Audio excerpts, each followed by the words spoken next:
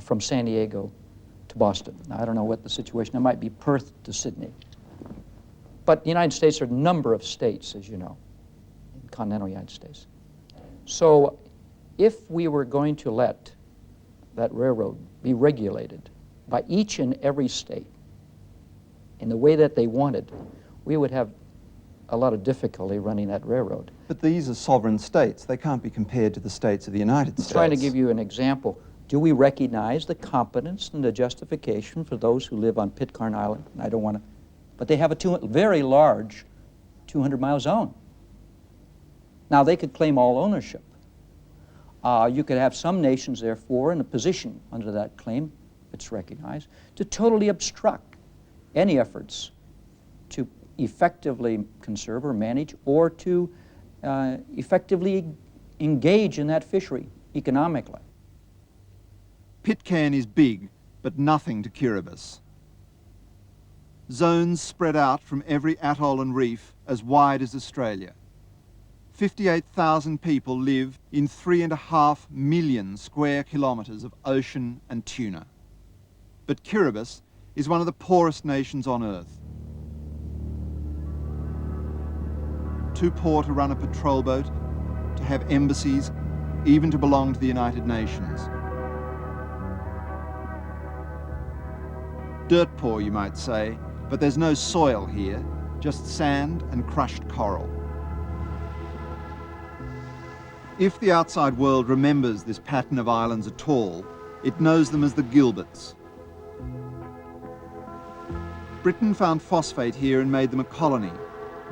It ran out and she gave them independence. Export income dropped that year, 1980, from $21 million to $2.3 million. Kiribati now has almost nothing but fish.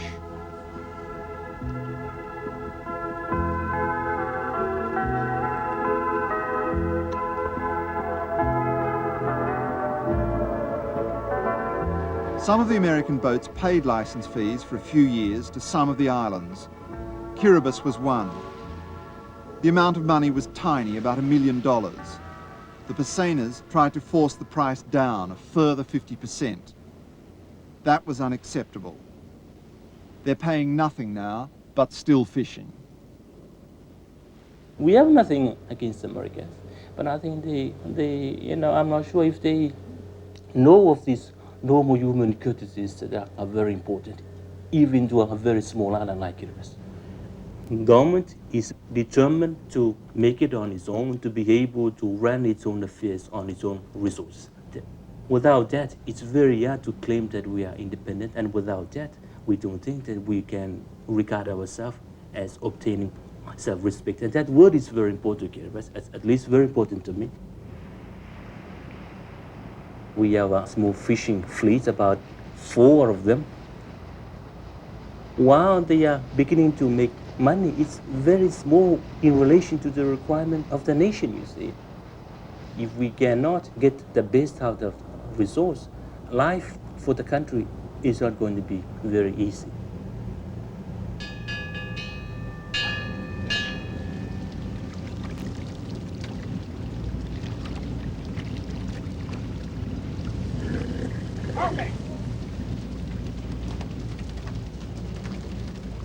These pole and line tuna boats are tiny compared to the Pesenas. Izzy Luz each year on the American Queen catches more than the whole of the Kiribati fleet. Local pole and line fleets compete with the huge American Pesenas throughout the islands. The local catch suffers. Local fishermen can do nothing about it, even in American Samoa. We're keeping an eye on them. We're trying to keep them away from the areas where the local fishermen fish. How are you going to do that? Well, by talking to them and trying to make them respect our own fishing regulations and fishing zones that we have established for our own local government. And how are you going to make them respect those zones? Well, really we can't. We are merely appealing to their sense of fairness and, and trying to help our fishermen out, our local fishermen. Away from American waters, American boats claim to recognise one rule: to stay outside the 12-mile territorial sea. But they don't.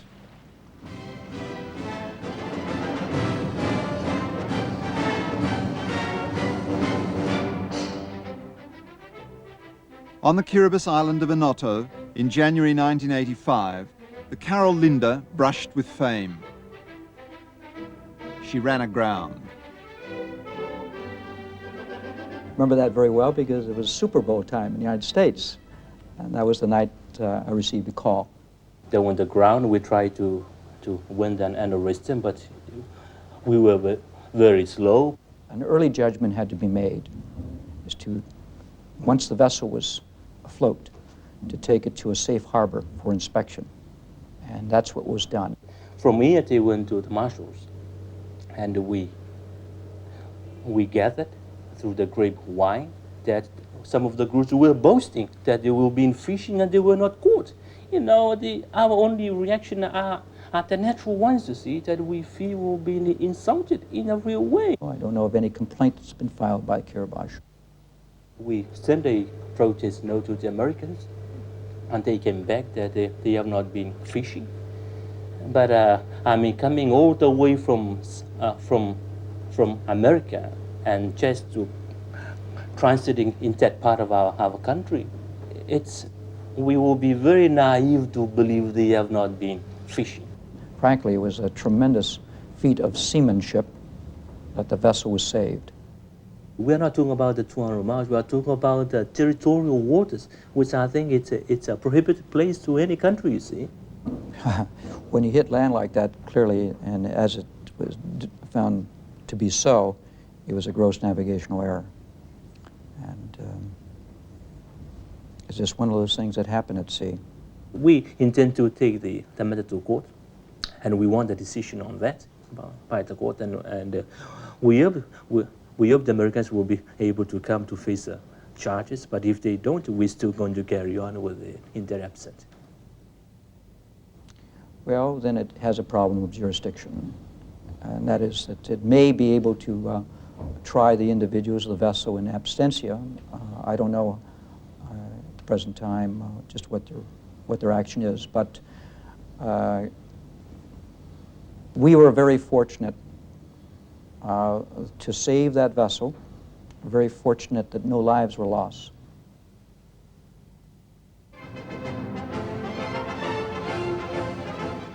After a quick refit, the Carol Linda fished its way west from the Marshalls into the Federated States of Micronesia.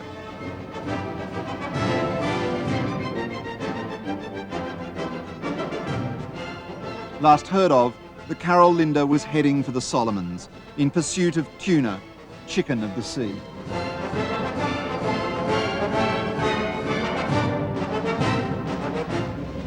Above a Wellington bank last month, the Pacific Islands met to try to resolve their conflict with the United States. Talks have been continuing since the confiscation of the Jeanette Diana. The United States will not concede island ownership of the tuna, but is offering a management fee to allow American Pasainers to fish for it. In the end, the American tuna lobby will decide what's acceptable to Washington. United States Fishing Ambassador Ed Wolfe, himself a former tuna lobbyist, considered the negotiations too sensitive to allow Four Corners an interview. United States government statement to ABC TV, Sydney, Australia. The United States is involved with 15 Pacific Island states in an effort to negotiate a multilateral tuna agreement. The meetings in Wellington, New Zealand this week are the fourth round of talks, which began in Suva, Fiji in September 1984. The negotiations are designed to create a regional licensing regime which would allow U.S. tuna vessels to fish in the South Pacific according to the terms and conditions agreeable to the United States and the Pacific Island states.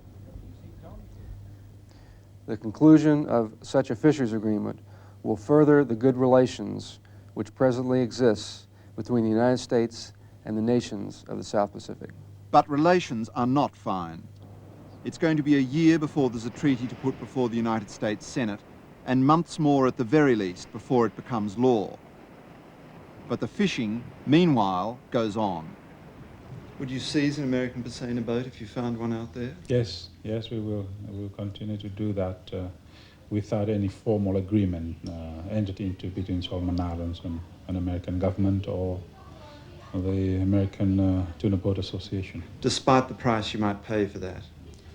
Despite what we have experienced, we will continue to uphold our national sovereignty, yes. Without cash from the American tuna boats, President Tobai of Kiribati began negotiating in February this year to sell fishing licenses to the Soviet Union. It caused a diplomatic panic. The Russians have been trying to get such a deal for years. Fiji, Vanuatu and Tuvalu have turned the Soviets down. Tobai is about to do business.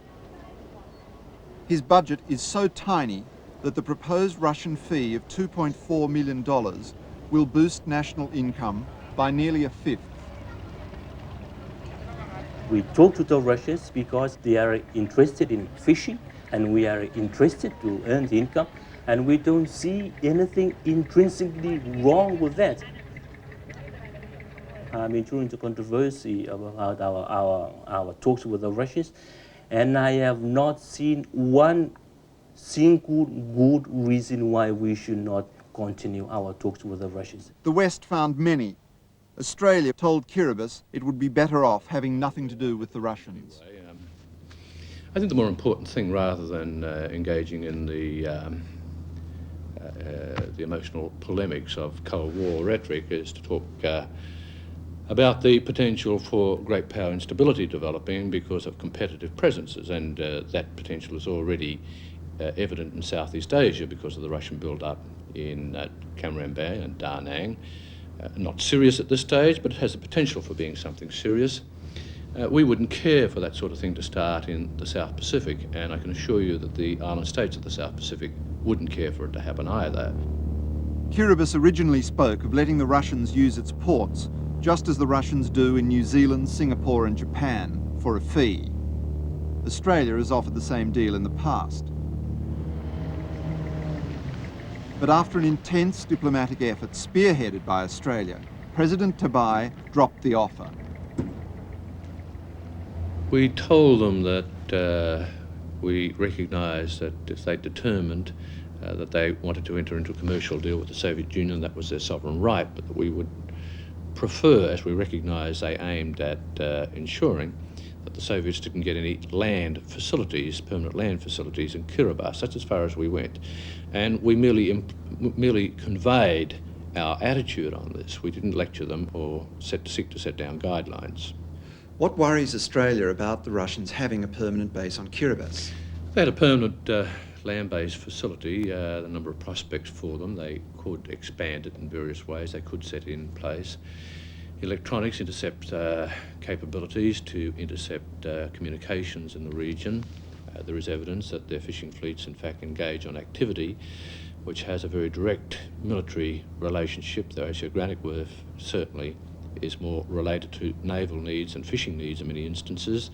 Some of their vessels, we suspect, their major vessels allegedly associated with fishing fleets, have electronics intercept functions too. If the Russians intend to do their spying, they can do their spying even without giving them a fishing license within our 12 miles. So they're free to spy, but they need a license to fish. Well, I'm not saying they are free to spy, but I'm saying that, if they want to spy, they can do it under international law because they can pass through the waters. And if I may say so, within our 12 miles, they haven't got anything to spy on. Honest, we haven't got any secret for them to spy on, you see. We haven't got anything of importance that they want to see or to learn about. More likely, they want to spy on Australia. And I say this not out of disrespect to our friends, and I must say again, we intend to maintain our friendship, but please let us